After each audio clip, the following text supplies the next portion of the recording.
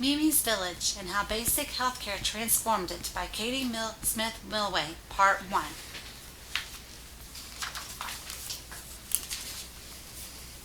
Sadness in the Village. Mimi Malaho says goodbye to her ma and watches from the shadows as the mothers of the village gather. One of the village babies, little Kanzi, died in the night. Now the women will sit and weep with Kanzi's ma, sharing food out of a common bowl. Mimi is too young to join the women. As she walks slowly home, she smells the smoke from wood fires mixing with the earthy scent of the maize fields. The moon lights a path to the Malaho's home. Inside, her little sister Nakisi is sleeping, while her brother Wafula is carving wood figures with Pa. So far, the Malahos have been lucky. No terrible sickness has come to their family. Mimi thinks about her ma, who will have another baby in a few months. She hopes the new baby will be healthy, but she knows there are many things in this part of Kenya that can take a child and carry her away. Danger in the water. The next day is hot and dry. Mimi and Nikisi's job is to fetch water. Mimi hoists a water can onto her shoulder and grabs Nikisi's free hand. Nikisi carries her own small can. They wave as they pass by the maize fields, where Pa and Wafula are weeding. It is so quiet they can hear the crickets hopping from stalk to stalk. As the girls enter the forest, birds flutter up to higher branches, and a small antelope, a tiny dik-dik, leaps for cover. Nikisi is named after the antelope, but today she is not leaping. She is hot and thirsty and dragging her feet. When they arrive at the stream, Nikisi begs Mimi for water. Mimi knows the water has to be boiled before they can drink it to kill the bugs that carry sickness, and so she tells Nikisi she must wait. Halfway home, a snake slithers across their path. Nikisi jumps and spills her can of water. Now they must return to the stream, and Mimi knows that Nikisi will not make it home without a drink. At the stream, she gives Nikisi 2 handfuls of the brownish water, hoping a little won't hurt. Do not tell Ma or Pa, she warns her little sister. Sickness at home. At dinner, Nikisi eats only a few mouthfuls of ugali. As the sky darkens, the little girl becomes sick and throws up the bit she has eaten. Mimi knows she must confess. I gave Nikisi water from the stream today, she tells Ma and Pa. She was so thirsty she would not walk. Mimi, you know better, says Pa, but he and Ma were too worried about Nikisi to scold. There is no doctor or nurse in their village to call for help. Ma gives Nikisi water that has been boiled and cooled, but Nikisi cannot keep it down. With nothing left in her tummy, she looks like a doll made of rags. Then she begins to moan. Mimi is afraid. Many children do not recover from such illness. Ma and Pa know what they must do. They wrap Nikisi in a blanket and put her in their cart. Pa takes his machete and Wafula grabs his hoe, while Ma and Mimi carry sticks in case they meet animals that prowl at night. They walk for an hour down the path that leads to the next village, keeping their ears and eyes open. But the only frightening sounds are Nikisi's soft moans. Finally, they arrive at the health clinic and lay out their blankets beside the other families who have come for help. They all must wait until the clinic opens the next morning. Huddled in her mother's arms, Nikisi closes her eyes and breathes weakly. Mimi falls asleep holding her sister's hand. Simple cures. In the morning, a tall woman with a big smile arrives at the clinic. It is Nurse Taylor. She is gentle with Nikisi and speaks firmly with her parents. Your daughter has lost fluid. I will give her clean water mixed with a little sugar and salt. Nurse Taylor shows Ma how to make the mixture and use a dropper to give some to Nikisi. The sugar will give her energy, and the salt will help her body hold the water. Nurse Taylor explains. Nikisi will need a dropper of fluid every 5 minutes for the next few hours to regain strength. Behind them, women are lining up with their babies. Mimi watches Nurse Taylor weigh each baby and give the mother a vitamin to make her milk healthy. She beckons to Mimi and asks her to keep the babies happy as she puts them on the scale. Why do you weigh them? Mimi asks shyly. So we can tell they are growing, says Nurse Taylor, giving a fat baby back to her mother. I see your family has a baby on the way too, she says. If your ma feeds the new baby mother's milk for many months, it will grow and be healthy too. You will see. Mimi wonders if Nurse Taylor could weigh their new baby when it comes. A good sign. The afternoon grows long, and Nurse Taylor stops by each family one last time. She asks the little boy to stick out his tongue. She takes the pulse of another child. Finally, she checks on Nikisi. She is doing better, but the nurse persuades the Malahos to keep the children at the clinic overnight. Tomorrow, she tells them, is vaccination day. If all 3 children stay, they can get their shots. Ma and Pa decide the children will stay with Ma, while Pa goes home to milk their goats.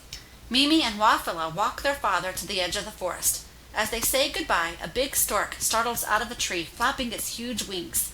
Mimi remembers a story her pa has told her about the stork that grants wishes when it flies. She closes her eyes and makes a wish. That night, as Mimi and her family bed down, she hears chattering high up in the trees. It is a family of monkeys, a safe, familiar sound. Better yet, the sad moaning sound is gone. Nikisi is fast asleep, breathing softly. Vaccination day.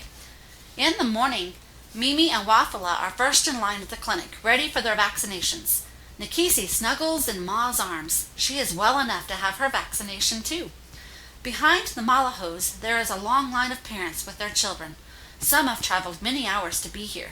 They know that vaccinations can keep the children from getting sick, or even worse. Mimi is afraid of the needle, but her mother puts a firm hand on her shoulder. Nurse Taylor calls her name. As Mimi steps forward, a young woman brushes past her. She is carrying a small boy who lies limp in her arms. Nurse Taylor takes a look at the child and says one word: malaria. The mothers and fathers murmur and pass the news back down the line. Everyone knows about malaria. It is a disease that can cause sickness and even death. It is carried by mosquitoes, and mosquitoes are everywhere in this part of the country. This little boy is lucky. His mother has brought him to the clinic in time. He will get medicine to make him better. Nurse Taylor talks to the mother and gives the boy a pill. Then she turns back to Mimi. It is time for her vaccination. Mimi squeezes her eyes shut and counts in her head. It is all over before she gets to 5. Wafula goes next, and he is very brave. Pa arrives to take them home. He holds Mimi's hand and listens to her stories as they walk. Mimi talks excitedly about Nikisi's recovery, the monkeys in the trees, and their vaccinations, which didn't hurt so much. When she tells Pa about this boy with malaria, he falls silent. A big dream. Over their evening meal, Pa tells Ma he is worried. The rainy season has begun, and with it comes from the mosquitoes that will bring malaria. They will have their new babies soon, as will other families in the village. The babies and children are at risk of malaria, pneumonia, and other diseases. Ma says what they have all been thinking. Our village needs a nurse and a clinic. But where will the money come from? Mimi lifts Nikisi onto her lap. What would have happened to her without Nurse Taylor? Mimi remembers seeing the stork and the wish she made for a nurse of their own. That night, Mimi sleeps fitfully and dreams a giant mosquito is chasing her. Then a tall woman in white appears and shoos the monster away. When Mimi awakes, she has an idea. She hears her father washing and joins him at the basin. Pa, you and our uncles built our house, didn't you? Pa nods. Could you build a clinic too? Maybe then a nurse would come.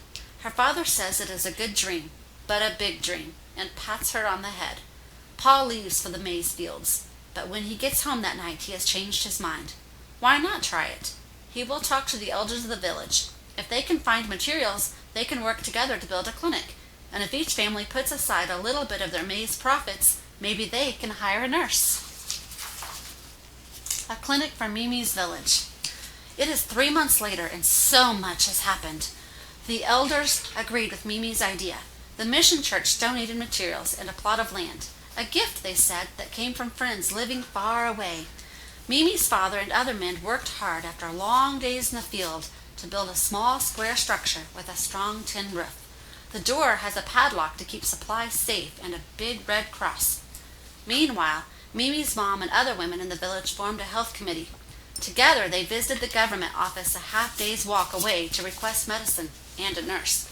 They showed the officer the maize money they had saved, and he agreed to send them what they needed. Mimi looks at the neat rows of supplies. Her wish is coming true.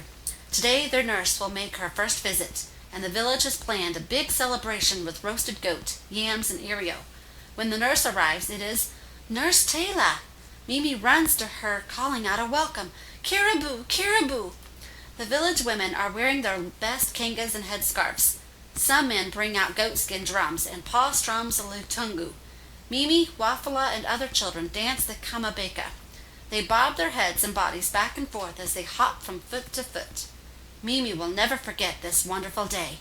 She looks over to catch her mother's eye, but her mother is distracted, sitting quietly under a tree and taking big breaths.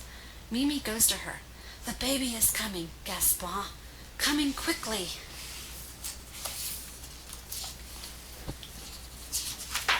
A healthy birth. Mimi runs to Pa and Nurse Taylor shouting, "The baby is coming!" Nurse Taylor grabs her kit and tells Mimi to boil water. "Bring a big bowl of it and clean blankets," she instructs. When Mimi returns, Nurse Taylor washes her hands in the hot water. Mimi, Wafula, and Nakisi hunker down on their knees outside the clinic. What is taking so long? Could something be wrong? Using sticks, they draw names for the new baby in the dirt.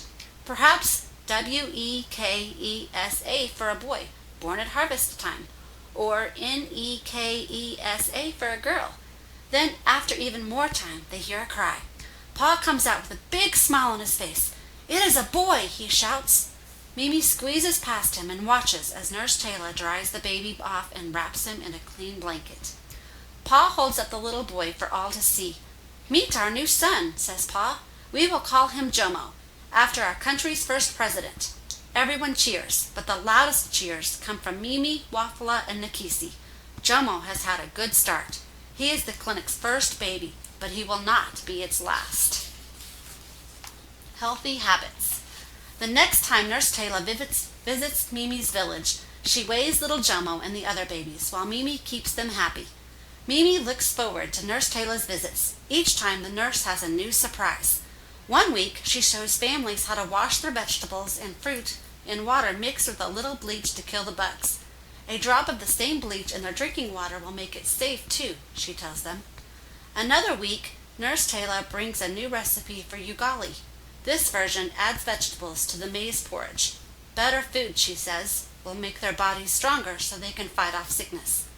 But the nets are the biggest surprise of all. Mimi thinks they are wonderful. She could wear one as a fancy kintage, or Wafula could use one to catch tilapia as they can make new fish stew.